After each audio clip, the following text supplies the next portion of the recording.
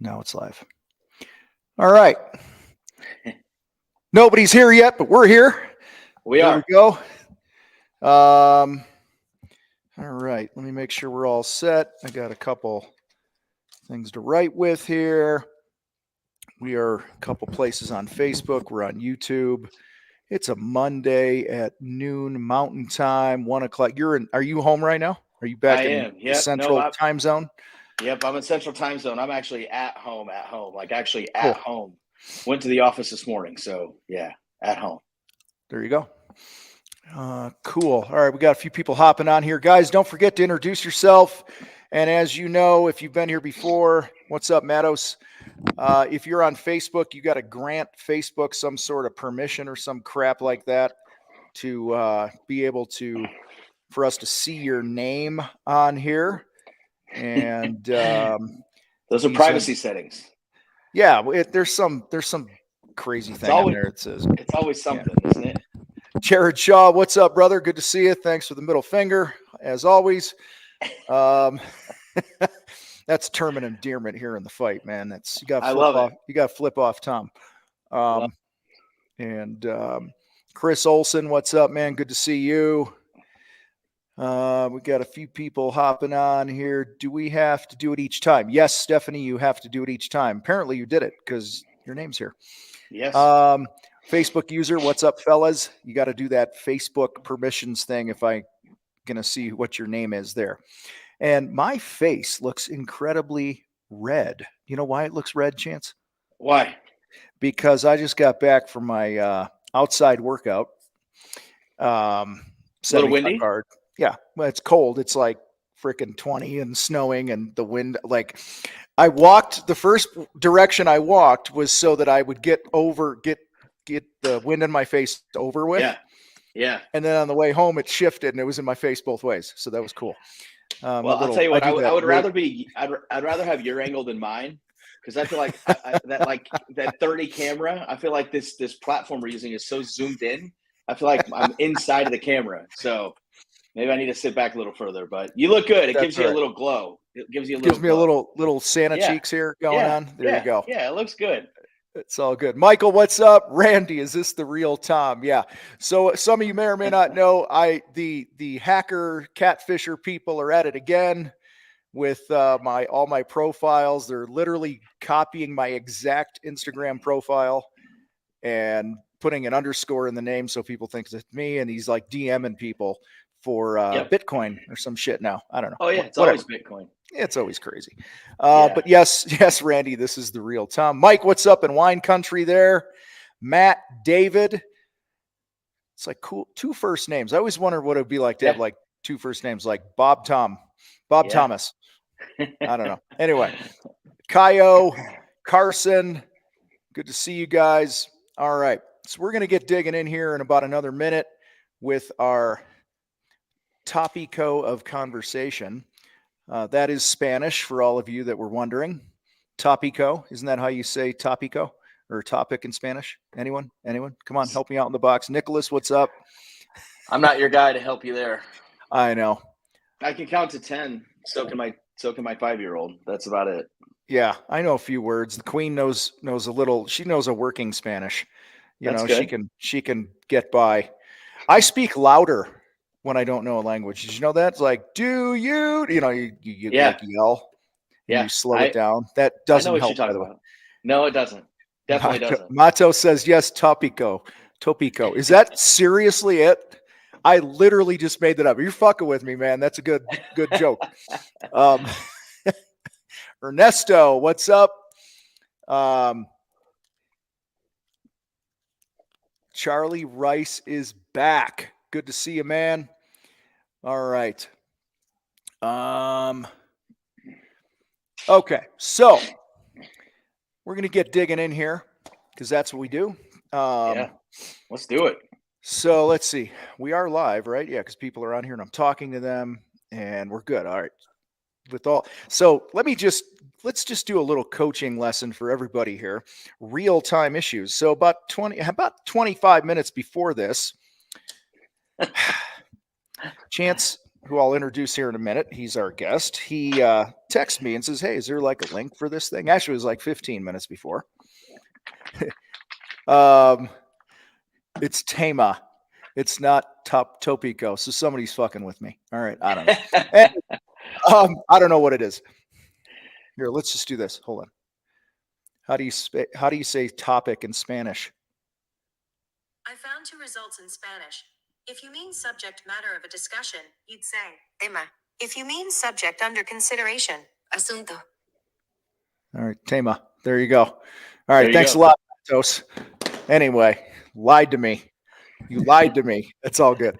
So here's our we're going to kick this off with some value for you right away on how not to do things. So about 15 minutes or so before I get this text, and I'll just read it because it's fun. Actually, I did a voice text back to you, I think, didn't I?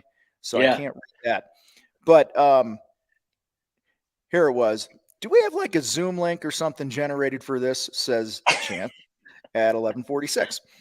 And I reply, which I can't read because it was a voice thing. I said, well, we're working on that now because this is what happens when I set somebody up with a guest, don't loop in Roz, my assistant, and I break the system that the team has set up to make things go smoothly. So guys, girls watching this, when you're an owner, you always have that trump card. You could do things any way you want. Yep. Until they cause massive problems. So you have a team for a reason, and when they set up a process or a system, make sure you follow it. That's Damn fact. It. All right, there you go. So Facebook user from sunny Florida. Put your name in there. Grant Facebook permission, ladies and gentlemen. Excuse me. I just drank a big protein shake smoothie thing, and now I'm burping. So there we go. Everyone cared about that. Oh, now I got Spanish flying in here. Now I'm screwed. Oh, yeah. Yeah. I can't help you with that one. That's all right. So that's not why we're here. So, guys, today our guest is Chance Weber, and he is with Agile and Company. Yep. And Chance, why don't you tell us what you do before we get into this and what we're here for today? I do internet things. That's the best way I can explain it, right? Internet things. No, I rent Lambos, and then I pose in front of them and sell $99 courses for a living. It's beautiful. No, on a serious note, I do digital marketing. I'm a digital marketing guy. I do everything from search engine optimization to Google ads to Facebook marketing, basically any social media, entire marketing funnels. So landing pages, automation, email follow-up, web development, anything digital marketing period is what I do. And I've been doing it for a long time. I'm a lot older than I look. I know I only look like I'm about 22, but I'll be 40 this year. So I'm kidding. I'm kidding about the 22 thing, but I know I look older than that. But no, so I've been doing this it'll be 11 years here in a couple of months. Okay. Have a great team of a bunch of badasses that are way better at this stuff than even I am. Kind of like you setting up the link for this. They're way better at running campaigns than I am. They are, actually. We actually have hired his company, you guys, and his team is phenomenal. One of the things I just want to give props before I forget here. One of the things I love about working with you guys is we get that monthly update that's super detailed of all of we have several different ads running for the fight and things like that, right. Different campaigns. And it'll be like all the details, the ad spend, this and that. But then the last section is what are our plans for the next month? Based on the data we're seeing and what we're seeing, here's how we're going to adjust. And that just gives me peace of mind. That's something I've always wished marketing companies would do more of. And I think, quite honestly, most are lazy about that. So, and we all know it ain't you doing this, man. You're the visionary of this thing. So that's right. I'm going to give you a hat tip for that. For being a visionary, but we all know it's the rock stars you got behind the scenes that are just kicking ass on this, and that's probably we get the results are great. Okay, I want to be clear, but what comes with those results is just puts it over the top for us at the fight. So thank you. Yeah, no, thank you for those kind words. I mean, honestly, it's kind of like talking about my children, right? When you say good things about my team, it's like saying good things about my kids, and I would rather you say good things about them than me. And that's honest to God truth. It's hard to build a team. This. Anybody that's in business that has employees, it's hard to build a team. It's hard to build culture. It's hard to find people that work hard and take their job seriously and invest. And I have a team of 8 players. I've been very fortunate. It hasn't always been that way. I've definitely had some non-A players throughout the years. We all have, but yeah, no, we try to do things differently. And I appreciate you saying that. Those monthly reports are handwritten. They are not automated graphs, right? Mm-hmm. Like we try to actually let you know we are looking at this, and we'll tell you what we did wrong too, or what didn't work more so, and what we're trying to do to make it better. I think accountability is key. So I appreciate you saying that, Tom. That means a lot to me. It's been a long process to get where we're at. Absolutely. And we couldn't be happier, man. So guys, I want to also give some, not only just my own personal props here to Chance and the company, but Chance, I know you're not super vocal with a lot of this stuff, and some things you keep confidential because of clients that you work with. But guys, I want to let you know, and you share whatever's appropriate here, just a little bit of resume stuff, right? You work with some pretty big names in the industry and things like that. You're managing some pretty crazy amounts of ad spends and things like that. Guys, we're going to get into a couple things today. Google My Business and some Google Ad stuff. All right. So if you're like most business owners that are listening to this and you've spent money on ads only to be disappointed, this is the live for you. So give us a little, give us some of the highlights of who you guys work with, the types of companies, the types of ad spends, just to give people some context here that you really know what the hell you're talking about. Sure. Yeah. I mean, we're running tens of millions. I mean, we're probably pushing $100 million a year in ad spend going through Facebook alone. So we run tens of millions of dollars through Facebook and Google. Both those platforms are really where the majority of the management that we have is going through. We do have some LinkedIn. We do have some other entities, which obviously wouldn't be relevant to probably most people on this call. Not bread and butter as far as, the contractor world, even what you do, Tom, and how you're trying to reach people. Those social media channels, a lot of them aren't relevant. But yeah, I mean, millions of dollars. Now we work with everything from $500 million companies down to startups. Guys that have done a good job saving, or they have a business that's getting off the ground and they really need to put that gas on the fire from a marketing standpoint to drive more leads and make more sales, right? So any and everything in between. My big thing that I've always said is I get the question a lot of times, like, what's your minimum? What does it take to work with you? I don't believe in that. What am I trying to accomplish for you, right? Like I have a couple clients that have been with us for 6, 7, 8 years. They spend a couple $1,000 a month and they completely own their market. I mean, they own it. And I have other clients that can't spend 6 figures a month and catch up. So every single market looks different. Every niche is different. What you're trying to do is different. But there's not a lot that we haven't seen at this point. And, I always try to tell people we've had a lot of great successes, rapidly growing company. It's growing faster than I can keep up with it. I thank God every day. I feel very blessed for that. In the same respect, where we have learned the most, and I know you can relate to this and everybody that's watching this right now can as well, is the things we've done wrong. Those have been the things where we've really learned, right? The mistakes that we've made, the campaigns that we've rolled out, trying to make adjustments, over adjusting, under adjusting, anything in between. It's the mistakes. That's where we've learned. And I think that's what's made us really good. And what we do is fucking up, for the way you would put it. So we do a lot less of that now than ever before, which is a great thing, but still part of the game. So everybody, use the chat box here real quick. Type in, I guess, if you do not do any sort of ad spend online, Google or Facebook, just type the word no.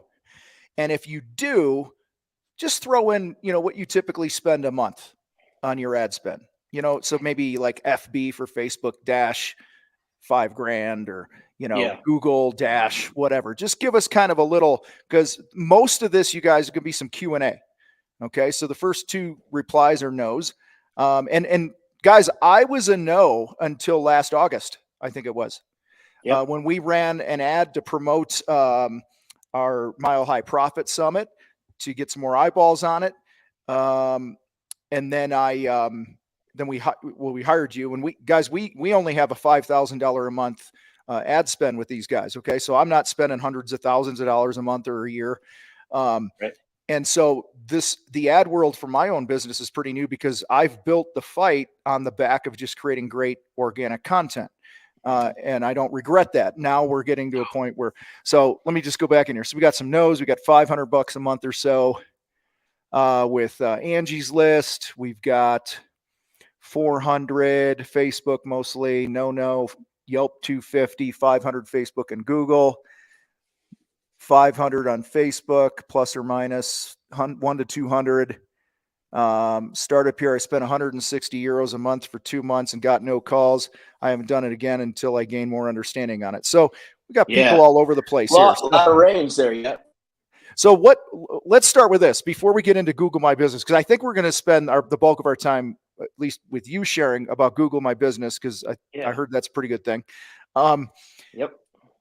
And then I want to do some Q&A, but like, what are some of the biggest misconceptions, misunderstandings, mistakes people make when they run paid ads? Let's just start with that broad statement. Yeah, I'll tell you the biggest one that I always deal with almost immediately. And I've got to a point where, the old saying, and again, as business owners, we can all relate to this: under promise, over deliver, right?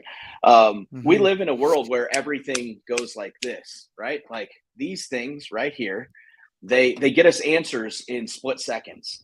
So a lot of people I see, especially in the e-com world, which is not you guys, but in the e-com world, it's like people think they have a product and they go put up a Shopify store and they think they're going to go run an ad and just print money next week.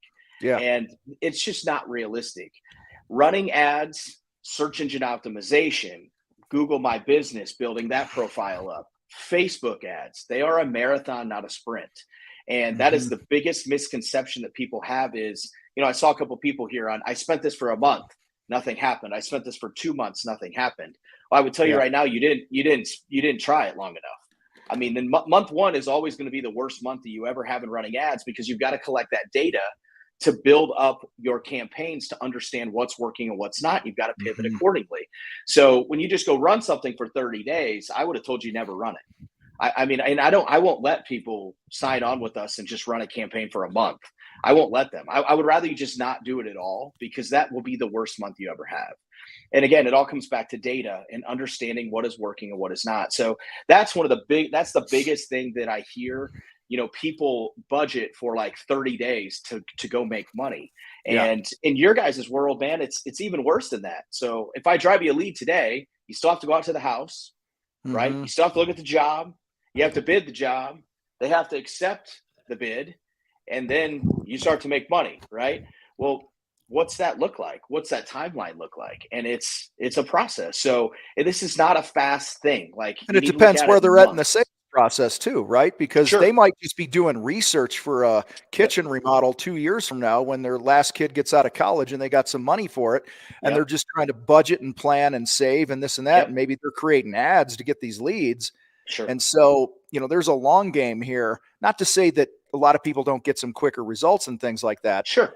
But and I want to just remind people, or remind you, I know you remember this, but the first phone call we had, you did a great job of setting expectations, because you're like, dude, it's going to be probably 5 to 6 months before we really know anything. That might have been a little extreme, and we knew something after about 2.5 or 3. Okay. Yeah. And we were starting to figure something out. But I also think, I might get the number wrong here, but you guys were like doing, I want to say you had like 120 something different ads running, different variations of the ad and different audiences and different pictures and calls to actions and headlines and things like that, you guys. And what we've seen over the months with those monthly reports I referred to that we have with you guys, like, hey, this one's performing really well, so we're going to move more money to this and blah, blah, blah. And this one sucks, so we're going to scratch it. And now I don't even know how many we're running right now. It doesn't matter. But the point is it takes time, guys. If you plant, I saw a quote the other day, I don't know who said it, but they're like, talking about patience and building your brand and marketing. You don't plant a seed. You don't see a farmer plant a seed and then dig it up every other day to see if it's growing. Right. Yeah. Like you have to trust the process here. So, biggest thing is impatience then, right? They just expect immediate results and stuff like that. Yep. Impatience. And another thing that I see a lot, Tom, especially in the contractor world is, and I hate to say this, so hopefully nobody takes this offensively, but we have a lot of clients in the contractor world that we drive a lot of leads to and do not have systems to close those leads. Mm-hmm. Their salespeople don't follow up in a timely manner. We don't get lead feedback from them. And then we become the asshole when there's no sales. And it's like, whoa, I've got a whole bunch of people saying I need a roof right here. Mm-hmm. And not one of them did you even talk to. So am I the problem or are you the problem? And enter this live is brought to you by the Sales Warrior Workshop program at the Contractor Fight, where we come into your business for 2 days and train the fuck out of your people how to actually sell. So need there a lot you go. Of those. Yep, absolutely. But that's the other thing, it's like marketing's a scapegoat, and I get it. Yeah. But there's some accountability. The leads suck, man. These leads suck. No, all the time. Pretty much you suck as a salesperson. So anyway, all right. What is Google My Business? Yeah, why should we give a shit? Yep, Google My Business, it's changed. The name of it has been 75 different things. I don't know I don't know why Google feels the need to change names of these things all the time. But if anybody has ever Googled anything, there's usually, if you're looking for like what I would call a geo-targeted business, a brick and mortar type of business, you're going to see it at the top of the Google, what we would call a SERP, a search engine results page. You've got your Google ads at the top that are paid traffic. And then down below that, you will see a map listing. And it will say, if you look for a roofer, I'm in St. Louis, roofer St. Louis, you're going to get written paid text ads at the top, which are very important. And then you're going to get map listings down below. And that is your Google My Business. So that is something that you set up an account. You need to make sure that you check off every single box within that. And we can talk a little bit about, how you can handle this and what you can do to help grow it. But a lot of businesses out there, believe it or not, don't even have this done. So I just did roofers St. Louis. Yep. Yep. So those reviews, those might be Google guaranteed at the top. Yep. And then this next section. Well, actually, then we have 50 roofers nearby, it says. And then now we're down to here. Should get something like this. Yep. So after those ads and reviews, this is Google My Business. Correct. Gotcha. All right. And you'll notice the businesses that you're seeing up there have some things that are very in common, right? They have great reviews. Yep. Your results might be different from mine because I'm actually sitting in St. Louis and there's an IP address attached to this phone sitting in my house. Yeah. But they have great reviews. I'm seeing 166 5 stars, 139 4.9, 197 4.8. So reviews is a nice segue to this. Not only do you need to set this GMB up, it needs to be fully optimized. You have to look at what you're going through. This isn't a big deal, guys. Like, for example, my team charges $500 to set one of these up from start to finish. Like, this isn't some over-encompassing, like, massive project to go set up a GMB. But there's categories. You need to select the categories of the services that you provide. You need to have a nice business description that describes those services. Make sure that you have some awareness around your keywords. So if you are a roofer, you need to talk about being a roofer, being a roofing company, right? These things need to all go in there. But filling out your description and essentially telling Google, this is what I do, this is where I'm located, and these are the services that we provide, okay? So it's one of those things that it's very 101, elementary to set one of these things up. There are better ways that you can do it, but I see a lot of businesses, especially smaller contractors, that maybe are a one-man show, maybe have a team of just a guy or two that haven't really got over that hump of becoming a bigger business, that don't even have these things set up, and they're losing phone calls from their neighbors. So one of the things that goes into play in that local algorithm where those map listings show up is the physical location of your shop or your store, or you might even have your house set up. And people that are searching right next to you or right in your general vicinity aren't even going to know that you exist or that you're there if you don't have that thing set up correctly. So, I mean, GMBs can be an absolute lifeline for businesses like contractors. I have to say that I didn't, guys, like when I tell you I don't know shit about Google and ads and shit, I know content and connection with people and that, but I don't know this world really at all. It's like you've said, it's changed 1,000 times over the past 10 years. I use Google My Business damn near every single time I go on Google, because I actually scroll past the ads. Most people do. And I go to, and then I look for reviews, and then I click a button, and if it says call, I hit the call button. And right there, here's a key, because Chance just talked earlier, like a lot of guys don't have a system or a process in place to field the leads. If you do not answer your telephone, I hang up. Oh, me too. That's simple. I hang up. Why? Because I'm a dick. That's why. And I'm impatient. Okay. On a disc profile, disc assessment, I'm a high D. I'm like 100 out of 100 on the D. I'm impatient. I want it now. I just want to talk to, I want to check shit off my list. So guys, let's fast forward through this process. If you're not answering the damn phone, you're missing out on money, because there's a crazy stat. It's been probably 6-7 months since I looked at this, but 87% or so of consumers that call a business and get a voicemail do not leave a voicemail, nor do they call back. Okay. Yeah. So the stats are not in your favor. So answer your phone, answering service, talk to pink callers, and email help the contractor fight. We can connect you with them. But guys, I put a couple links in there. I put Chance's website in here, agileandcocompany.com. Check that out. And since you mentioned reviews, guys, we've had a ton of success with Nice Job. They do a great job getting people a shit ton of reviews. They take it off your plate. And so I put that up above there. Chance is going to have all his info on the contractor fight here pretty soon. We're working on getting that done behind the scenes. So it'll be easy to find stuff. But which sounds like I need to talk to your assistant or somebody else, because we know. Yeah, something like that. Because I'm going to fuck it up. So, dude, so is the easiest way to show up reviews? I mean, there's several pieces to that local algorithm. We call that a local algorithm. I mean, I don't know if that's like a wide known term, but it is local. It's showing local results, right? So you have search engine optimization, which is everything down underneath the map. But to me, this is like local SEO. And there's several factors that go into that local algorithm. And one of them is absolutely reviews. The only way you will ever see a company with a bunch of shitty reviews sitting in that map pack right there is if they are a company that, or they're in a niche or a perfect location where they're checking off all the other boxes really well, or they don't have a lot of competition that's fighting for those same type of words. But you don't see it very often. It's pretty rare that you'll see that. But again, main things to look at in the algorithm, your physical location. You can't be everywhere. Okay. You have one location, or maybe you do have multiple, and each one of those would need its own GMB, but you can't like I'm not going to show somebody that's looking for something here at my house. I'm not going to get results from a business 150 miles away. Right. Not in that map pack, because this is where I'm at. Google knows your IP address, not your IP address. They know the IP address of the searcher.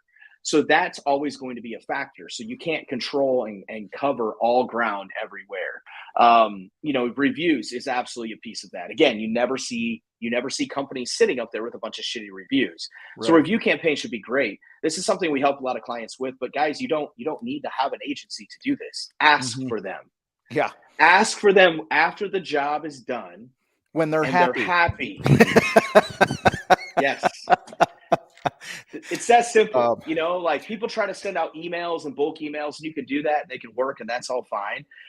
Ask when they're happy right after the job is done, right? Like that's key. Ask when they're happy.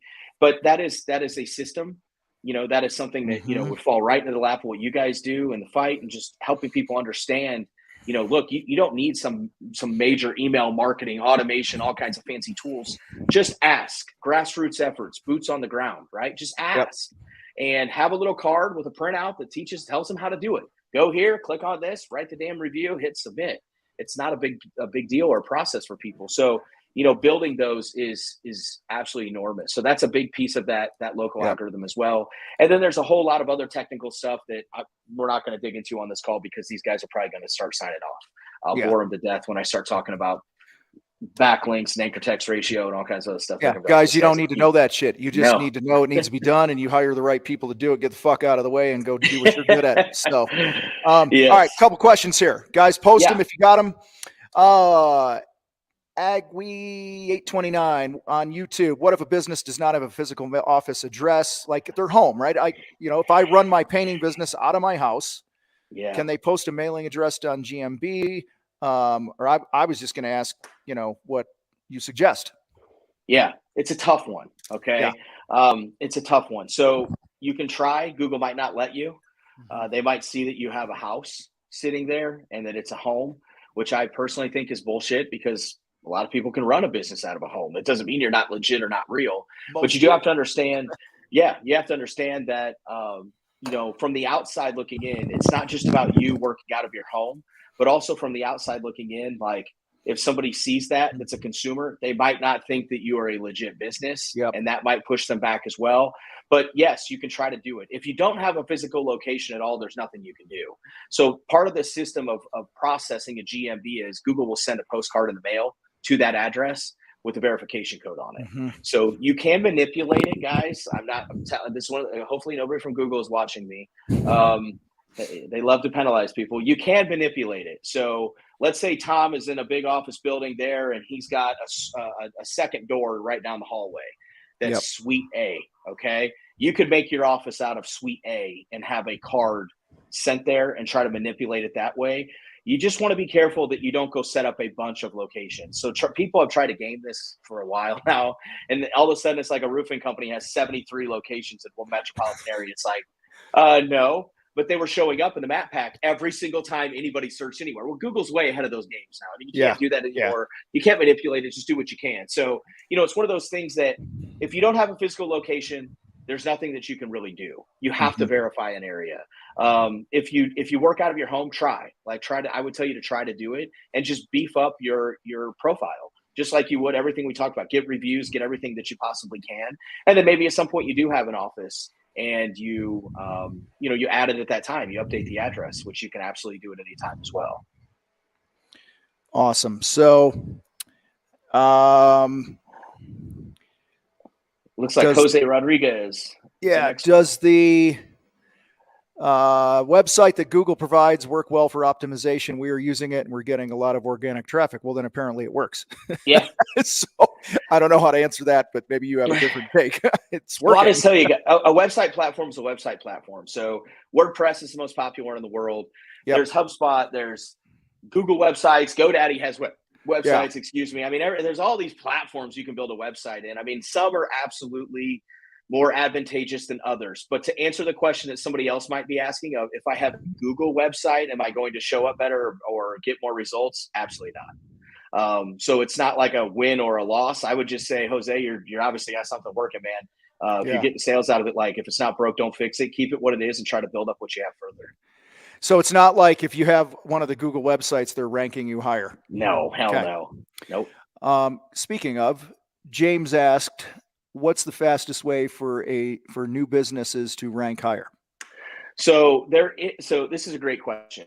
I might not answer it the way you're thinking, James, but the question would be, what's the fastest way to get results? It's really not about ranking higher, right? The fastest way that you can get results is running Google ads, period. I mean, that's the fastest way to get into the game. You can take your ads, you can set it up, you go live, bam, you're in the game. Like, you're sitting at the top of the page. Now, like Tom said, I Google something, I scroll right past the ads. Yeah, I get it. Google has 24-hour time periods where they make $1 billion off of people clicking off of ads in 24 hours. So just because you don't click on it, Tom doesn't click on them, I usually don't click on them. People do. Yeah. I was going to tell you, people do. I mean, I've got clients that spend multiple six figures a month on Google ads. They get clicked on. Okay. Like, people do click on ads. A lot of people don't have the comprehension to actually even understand that's an ad. They're just seeing something that's catching, that's aligned with what they search for. And the consumer behavior in them is just quick clicking on it before they think it through. So, that would be the fastest way, James, is you need to run Google ads that are keyword targeted and based. If you're actually talking about the fastest way to rank higher on SEO, there is no fastest way, man. I'm going to tell you that right now. One of the biggest misconceptions is these SEO guys, usually from other countries, that promise you for $500 a month, they're going to take you to the top of Google in 2 weeks. Run like hell. Do not ever pay anything like that. There's no such thing as SEO and fast. They are not the same thing, period, ever. And there is no such thing as fast. So when I look at smaller businesses, guys trying to get off the ground, build their company, grassroots efforts, Google Ads is your friend. Do not do SEO until you can afford to sustain that investment for 6, 8, 10, 12, 24 months. And then it's a beast. Then it starts to really pay off. So, but again, out of the gate, if you need results, Google Ads is going to be your friend. So, true or false? Age of domain matters in ranking. True. Okay. So that's another thing, right? Like, and that's because I didn't totally know. It was what I've heard. So like, if you're a newer business, you have a new domain name, www.reapersucks.com or whatever.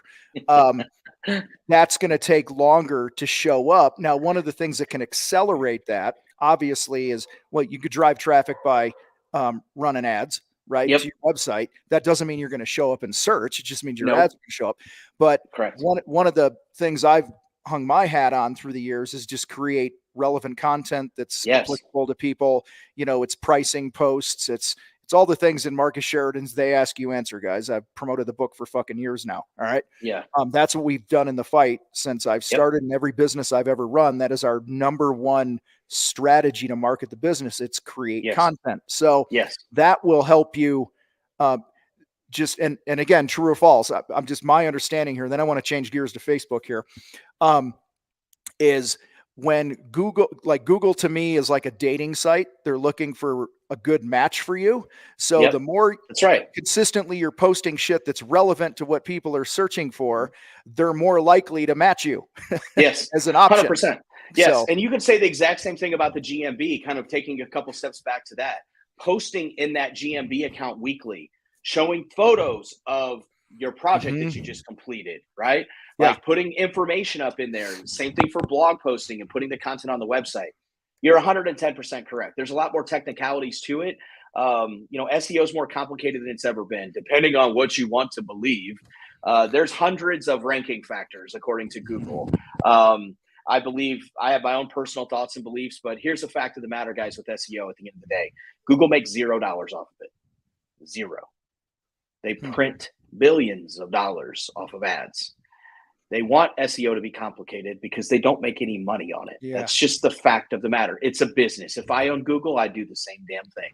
Right. It's just the reality of it. It's a business. So they make it hard. It's complicated to manipulate it. It is a process. But age of domain is a factor. The only thing that's changed, Tom, I think is important to note, especially if you got guys that are in the younger infancy stages of their business. If you used to own rooferstlouis.com, you would automatically be number one. Now I'm talking 10 years ago. Yeah, that was, I remember a lot of guys doing that. I actually got it. I bought, we were in Naperville, Illinois at the time, napervillepainters.com I got. Yeah. So it was a huge thing. And that's what you call an EMD, exact match domain. It's exact match of a keyword. Now, do those things have the relevancy that they did 10 years ago? Oh my God, not even close. Are they still a little bit relevant? Yeah, they still have a little bit of pull. If I was starting a new business right now and I was starting a painting company in Naperville, I would buy the name of my company.com. I would not go buy Naperville Painters. It's not the juice is not worth the squeeze.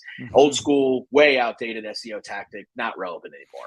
So you would just go something like wellhungpainting.com or something like that. That's exactly what. Yeah, that's a fantastic name.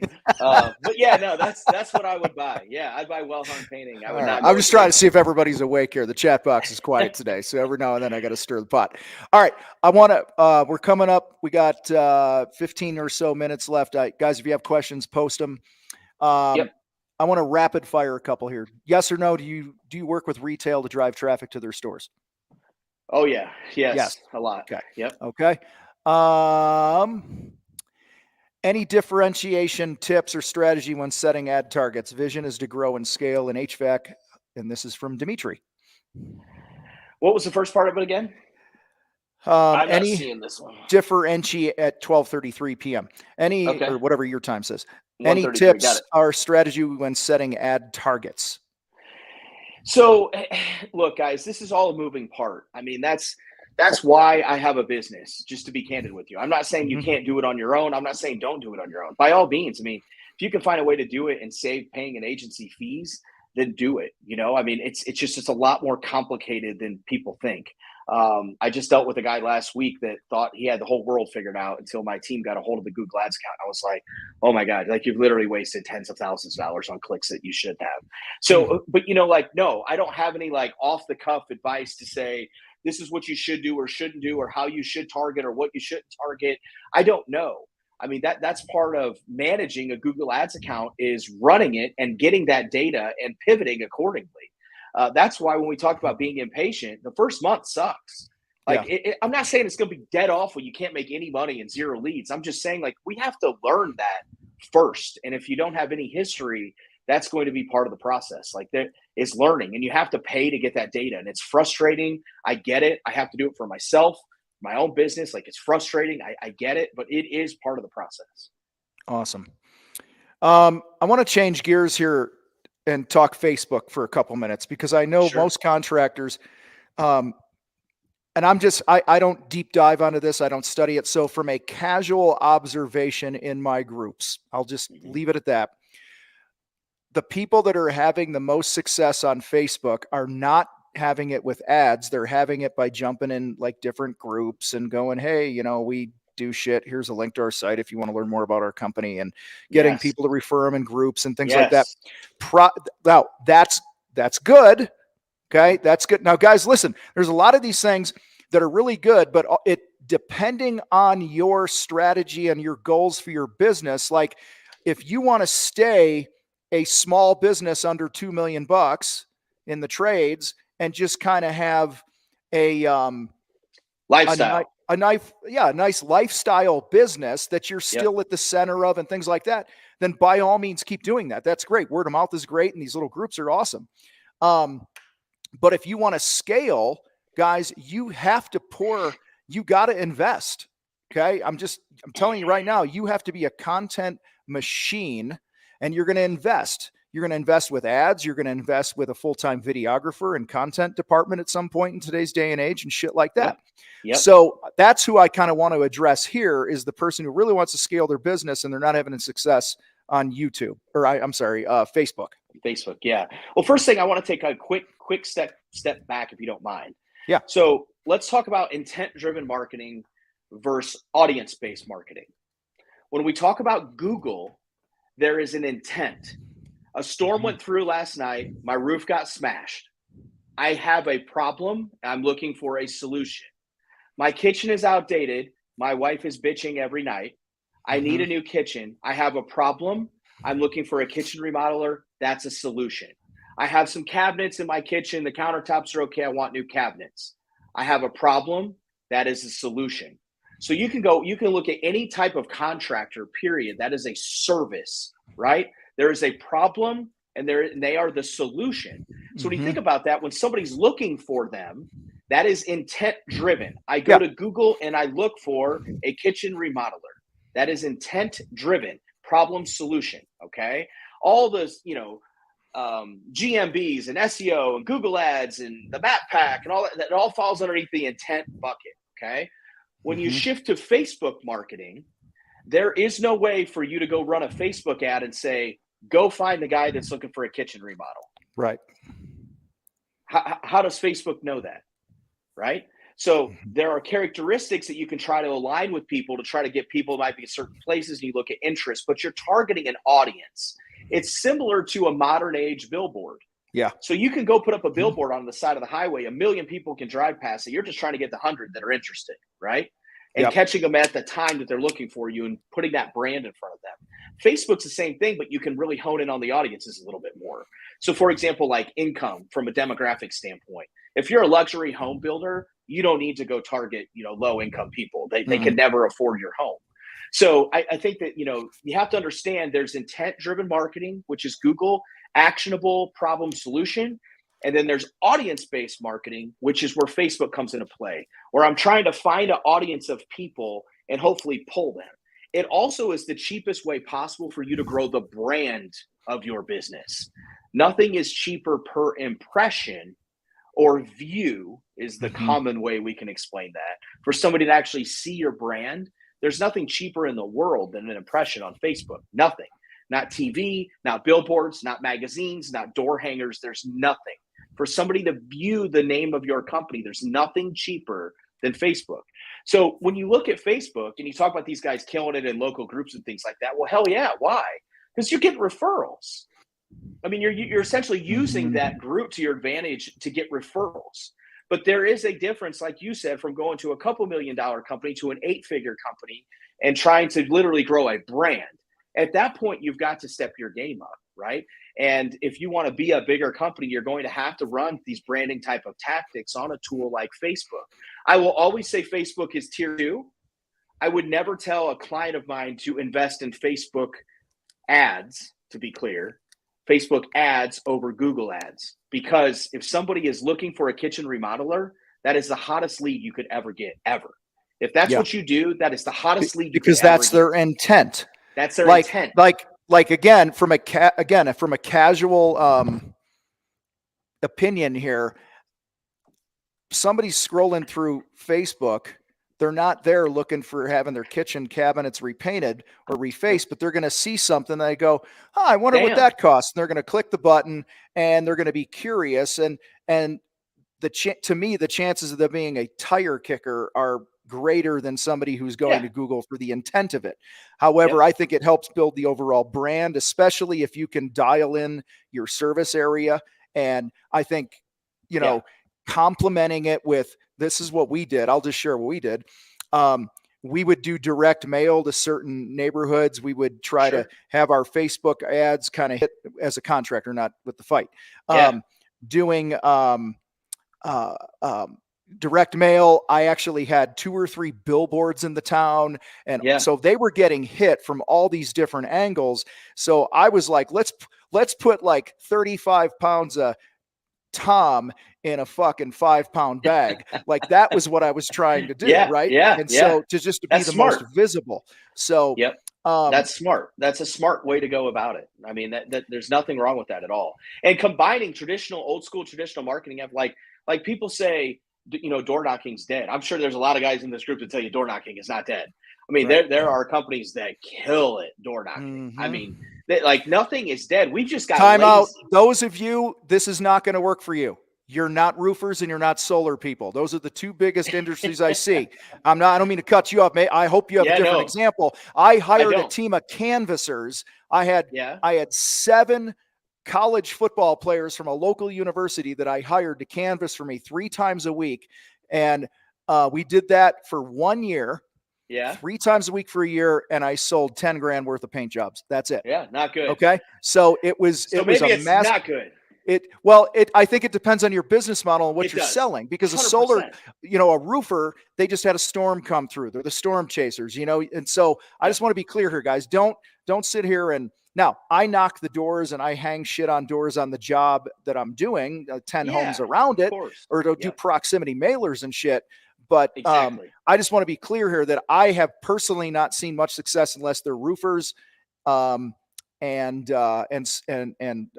solar companies personally. And I couldn't disagree with you. I think where I was going was more so the concept of, hitting it from multiple directions, right? Whatever you're trying to do, it's not like just digital or just traditional or whatever, like billboards. I mean, I don't care, but targeting an area, the rule of thumb is 10. People need to see your name 10 times before they actually move forward. So if that's 5 times on Facebook, 3 emails and 2 billboards, you just hit your 10.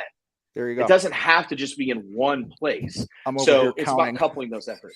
Did I do it? I'm checking. I don't know. I'm like trying to check your math. Anyway, I nailed it. I nailed it.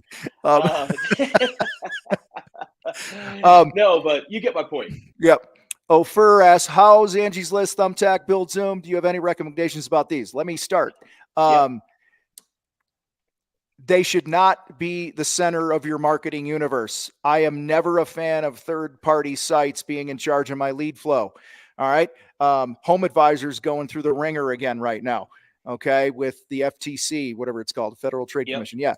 And unethical practices. So for those contractors where all their eggs were in the Home Advisor or the Angie's or whatever basket, you're fucked when they decide to change the plan or whatever. Same with Facebook. If your whole marketing plan is Facebook ads, you're fucked, because Zuckerberg could wake up tomorrow with a stick up his ass and decide to change something, and it wipes out everything that you're doing. So the hub, in my opinion, the hub needs to be You are the center of your universe, which is your website. And from there, you have little outposts, right, that feed everything back to your site. And so now I will say, because people are like, does House and Angie's and all these things work? For some people, they do. For a lot, it depends. It depends if you figured out the game. And so I want to be very clear. Like, I'm not a fan of these as the main thing. And I'm rarely a fan of them at all if you're going to really truly market and have a strategy to market your business. That's a whole different call. But what are your thoughts on that? I know I totally hijacked that one, but I'm honestly, I'm glad you did, because I'm not sure how much I can add to that. I agree with every single thing that you just said. I mean, I do think they're valuable. I do hear, good feedback from people sometimes. I feel like I hear way more bad feedback from businesses than good. But I think that the key note that you took away is, why build their site when you can build your own? Bingo. Yep. Right? Like, why build up what they have that you don't control when you can build up your own assets that you do control, and that somebody can't just wipe away from you? It's funny. I think I wrote it last night. I want to read this. I was taking notes last night. I was brainstorming. I'm laying in bed writing in my fucking book here. This is how stupid I am. Where the heck is it? Oh wait, I'm in the wrong thing. That's why. Hold on. I want to just prove a point here. This is what I was looking at last night, or what I was writing down. Come on. I have remarkable, and it's hard to turn I'm licking my finger to turn the page. It's like crazy. Why isn't it a turn the page? Damn. All right, there it is. Okay. What I wrote down last night, I was just brainstorming. It's kind of funny. And there's a connection here. Trust me. Yeah. I'm waiting. Squirrel. Everyone's like, all right, what the fuck? When you guys are hearing things from your prospects, like, you didn't meet our budget. Okay. Like, just, we hear that all the time in the trades. I'm sure you hear what you do as well. Yep. All right. Yeah. We're talking to a few different ad companies and you didn't meet our budget, whatever. Yep. I wrote down a question. Well, how do they even get a budget? Okay. Type in the box real quick. How does the average consumer that doesn't know what you know get their budget? See if you guys are dialed in here. Come on. Get those thumbs moving. We got 10 minutes left. 10 minutes left. If you got a question, guys, I know there's a lot of questions that have come in that we answered earlier on in this thing. So catch the replay. Like, how do I make money on this and blah, blah, blah. So Crystal says Google. Okay. HGTV and other shows, right? Online, pricing pages, Angie's List. They pull it out of their ass, says Jared, what they can afford. Google Ask National Average. I think that means Google again. Okay. I just wrote, they get a budget by getting educated somehow. And that education comes from TV. It's online. It's their friends. It's their, whatever it is. So guys, it can be bad education too. Exactly. That was my point. So then, and then I wrote right here, I said, why not you? Why are they not getting the education from you? And you saying, like, why are we building their sites and not our own site? That's why I'm such a fan of creating content, you guys. And I'm telling you, when I went on this content thing back in 2009, 2010 for like balls to the wall, I did interior painting prices as my 3 keywords. And then every piece of content, I literally created like interior painting prices, : and this worked then. I don't know if it works now. Okay. Interior painting prices, : how much does it cost to paint a kitchen? Interior painting prices, : how much does it cost to paint a master bedroom, master bathroom, powder room? I did every fucking room in the house. And dude, within 2.5, 3 months, I owned 8 out of 10 organic spots on Google in my area in Naperville back in 2009, 2010, and drove over 4,500 unique searches to our website in 6, 8, 10-month period just on that keyword phrase. And our interior business went through the roof because I was the educator. I wasn't leaving it up to Angie's List and all these other things. So guys, this is again why, and we're saying the same things because I know you're like, well, if you got a great piece of content that's being found and it's a blog, let's turn it into an ad. No doubt. You know what I'm saying? Like or a page on the website. Exactly. It's more visibility. 100%. Yeah. Yeah. So guys, when you have this, it's ridiculous to me that people that are not contractors are writing articles for all these sites. about what shit costs and what things could cost and all these other pitfalls and blah, blah, blah about our industry. And we're not doing it. That is the biggest form of laziness I could ever think of right there. Honestly, I'm going to say something that's offensive to some, but tough shit. This is the fight, and you guys know what's coming. I personally believe that if you're not creating content at least every week for your website, and then I don't even want to get into the social. I'm just going to talk the website right now. If you're not creating a new relevant piece of content every week that is relevant to what people are searching for, I truly think you don't give a fuck about growing your business. I think you're a lazy son of a bitch who needs to pull your fucking head out of your ass or go work for somebody else. Okay? I agree. So because you're not serious. You're not serious. Yeah, I can make the argument that's not even enough. I mean, I truly can make the argument that that's like entry level. I mean, entry level. Kindergarten. That's training wheels. Yep. And if you can't write the damn thing, I mean, I know this is kind of counterproductive to what you said. If you can't write the damn thing because you don't have the time per se, go find a freelancer who can, and then edit it and make it yours, to where they can take out the bulk of it. But you have to be providing this value to your customers. And here's the other thing. Go ahead. I was just gonna say, online reputation is so underrated. I feel like in the contractor world, guys, you have to look. My work speaks for itself. You know what? Your work might be the best in the world, but if nobody fucking knows it exists, then what good is it? Right. So tired of that fucking excuse. Yeah, that's where the content comes into play. Like people do homework. We have information at the tips of our fingers. And the more robust your website is, the more value that you're providing, the more content that you're providing, which is exactly what you're saying, Tom, that is your credibility. I mean, along with reviews and everything else, but it builds your credibility for the person that does have your bid, that's deciding between you and your competitor. They're going to look at these things. Like everything comes into play. It is a piece of the puzzle beyond just a lead gen machine. It's your reputation. That is your business card in 2022. That is your impression. You have to have it.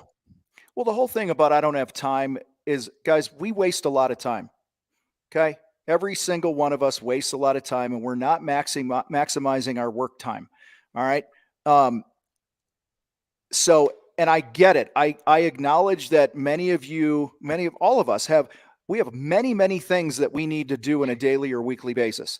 But this is where you and me and Chance, all of us, we have to, as the leaders, we have to have some perspective about what are the true priorities of the things that get my time. And Chance, you talked about you said, hey, if you don't have time, you can outsource it or whatever. Guys, and you covered the how. Okay, there's when you commit to, and we talked about this at Mile High last year in September. I said, when you make the decision to do something, okay, meaning I'm going to lose 100 pounds. I'm going to dial in my marketing. I'm going to raise my prices. That's really the first decision you need to make, because once you plant your flag on that one decision, the how figures it out. It doesn't have to be you. It doesn't have to be you writing. You could take the voice memo on your phone when you're driving down the road and you got your earbuds in and you're like, hey, one of the biggest questions we get all the time is how much does it cost to paint the exterior of the house? And you riff on that. And then you hire a journalism student, if those exist anymore, okay, or somebody who knows how to write, or a stay-at-home mom. You could go on these moms' Facebook groups and go, I'm looking for a stay-at-home mom who's got a writing history, who's into the internet and some marketing and shit to help educate. And I'm going to send you audio files and you're going to turn it into shit. Or you do what we're doing here. You record a video or you record a podcast or whatever it is, and then you have it transcribed. Guys, there's always a how. So the how is not the problem. Time is not a problem. All right. Now, if you don't want to do any of those things, then guess what? Wake up earlier or stay up an hour earlier or later. Yeah. And do it at your kitchen table or in your office. Peck away every night. Yep. Because I'm telling you, retired English teachers, somebody. Yeah. There's always a way. All right. Last call for questions. Go ahead. I was just going to say, hell, teachers. Teachers don't make – I just hired a teacher. They don't make shit. Yeah. I mean, no, I'm so my personal assistant, I just hired a teacher out of school with a master's degree, high school math teacher, is going to become my personal executive assistant. And I'm paying her a shit ton more than she's making. I'm sure if she was teaching English, she would love to pick up a couple of blogs to write on the weekends with the compensation that we discussed. So yeah, retired English teachers, hell, active English teachers, right? Like anybody. It's all, and back to your point, that's all the how. You're right. Agreed. Love what you said there, by the way. It's the truth. Hit home with me as well. You got me fired up, Tom. Got my blood pumping. Well, I appreciate it. But guys, listen, you all know that I go over and above to get your attention. That's why I do this. Well, you know, people are like, man, is he, when they meet me in person and hang out, they're like, you're way more chill than I thought. Okay. I am. I have my moments and shit, but guys, I need to get your attention because you think I'm fucking kidding about this stuff. All right. And yes, I think you should be spending money on ads. All right. I don't think you should do it on your own. There's probably, if 1,000 people are standing here that are contractors, honestly, maybe 20 can do it on their own and have success at it. Maybe that meets their needs. That maybe. And I'm not talking those who want to scale. I'm talking those that have just a lifestyle business, which reminds me, while I wait for questions here for you, somebody a minute ago said, or a few minutes ago, hold on, where is it? Let me find it. Lifestyle business sometimes makes more sense to make like 150 a year, less stress, more family life. That's from Adam on YouTube. Adam, I actually disagree. $150,000 is not a lot of money. Well, especially today's world, Tom. That's like 50 grand with the way we're going. Right. Well, I want you to, I mean, listen, I don't know what your place in life is. If you're a single dude or whatever, okay, great. Right. But like, if you actually want to have some chance at taking your foot off the gas pedal in your business someday and this and that, let's just say you get to retirement, and I'm not going to do all inflation and I'm just going straight math here. You are accustomed to $150,000 lifestyle. Okay. So, the Mile High dates are wrong on the ticker, guys. Sorry, Crystal. Thanks for catching that. I don't know how that's there. Maybe that was from last year. Did I screw that up? You did it. I did it. I put it in there. You did it. We got all these things. So let me take that off there. What's this one? There. Just go there. There you go. Hide. I'll hide that one. Just go to that website. Sorry. Thanks, Crystal. Appreciate that. I didn't even notice that. Oh my God, fucking Tom. But here's the thing. If you just go 150,000 times 30 years where you have a choice not to work, that's 4.5 million, guys, minimum that you're going to need. Okay. For the lifestyle that you're accustomed to. All right. So Adam, I appreciate what you're saying, like lifestyle business and stuff, but 150 is not a lot of money. Okay. Nope. Uncle Sam gets his fingers in it. And then, I mean, shit, there's people that make 250 a year that are in debt up to their eyeballs and they can't pay for their kids' braces. They got to finance it and all this other shit because it's not that much money. Now I know of I'm not saying Adam's this person, but I remember when I was literally, I was going, if I could just make $4,000 a month, I'd make it. I remember being in those times, you guys, and thinking, how can somebody say 150 grand is not a lot of money a year? I'm telling you, it's not a lot of money. Yeah, until you get there and you're like, I have nothing that I want. Right. Yeah. So but you're right. But to each their own. You know, I agree. I can't think that way. I'm not wired that way. That's not in my body. Tom needs a retired English teacher with him 24/7. Oh, hell no. I'd drive that person crazy. Kidding me?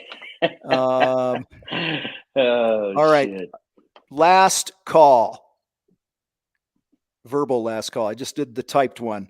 Guys, if you have a question that we didn't get to and you want to connect with Chance, head to, let me put your website back in here, I think. What do we got? www.agileandcompanyco.com. Co.com. There you go. Go check out what he's got going on there. They do a great job. And guys, these are the golden years for contractors right now. You're living in them. Okay. You are living in the golden years. Some of you, if you're not making money now as a home improvement contractor, you should probably hang up your business and go work for somebody else because it's not going to be any easier than it is right now. The last 5 years. Okay. It's been a piece of cake. All right. It's truly been simple if you're not a slapdick. Okay. So, I didn't know what to say there. I just really didn't know. Sorry. So I wasn't like singling anybody out, but seriously, like guys, there's been times where in early on as a contractor. I was a total slapdick. I didn't know what I was doing. I thought it was about my work speaks for itself. No, it actually didn't. I actually cost myself about $2 million in revenue over a 1.5 to 2 year period because I didn't have a fucking database for my first 3 years of business. Yep. I didn't even keep in touch with my past customers and shit, like remedial stuff, you guys. Okay. That's why we always go back to the basics here in the fight. So Chance, before we get out of here, parting thoughts before I shut this thing down. I would just say to piggyback on what you just said, it's not about working on, or it's not about working in your business. It's about working on it. Right. And that's what a lot of this stuff is, to bring it full circle back to everything we talked about today from a marketing standpoint. I mean, you can live on roofs, you can live painting, you can live doing whatever you want to do. That's in your business until you work on it and invest in some of these things. You know, you're holding yourself back. I mean, it is a great time for contractors. I've actually thought about investing in a business right now, like in the contracting world. No, I'm dead serious, because I'm just like, there's so much money to be made right now. It's a crazy time. And I've debated it. I just don't know anything. I need you to tell me where to write a check. But yeah, no, I appreciate the time. I appreciate the opportunity. This was, hopefully we provided some value for everybody and can hopefully get them on the right track. But yeah, there's a lot of good digital marketing agencies out there, guys. This isn't a me thing. There's a lot of good ones. There's way more bad ones. I will say that. So definitely be careful and vet them. There's 45-year-old guys living in mom and dad's basement that have a website that says they're a digital marketer. You need to vet them and make sure that's not the guy you hire. But yeah, no, thank you, Tom, so much. I appreciate it, especially the kind words about my team. That means a lot to me. I truly appreciate it. Absolutely, buddy. Well, I appreciate you carving out the time to make this happen. And guys, guess what I'm going to do now? I'm going to hang this up. I'm going to sprint upstairs, take a shower because I did my workout before this. And then I'm going to reemerge downstairs in about 7 minutes because Eric, my content creator video guy, is about to walk in the door. And we're going to create content for the next couple hours. You see how that works? You actually time block it, my friends. Then you make it happen. Yeah, okay? 100%. So, anyway. Thank you, everybody. brother. Have a great Appreciate day. the time. Chance, we'll talk to you soon, man. Appreciate you, buddy. Thank you. Have a good one. We're out, guys. See ya.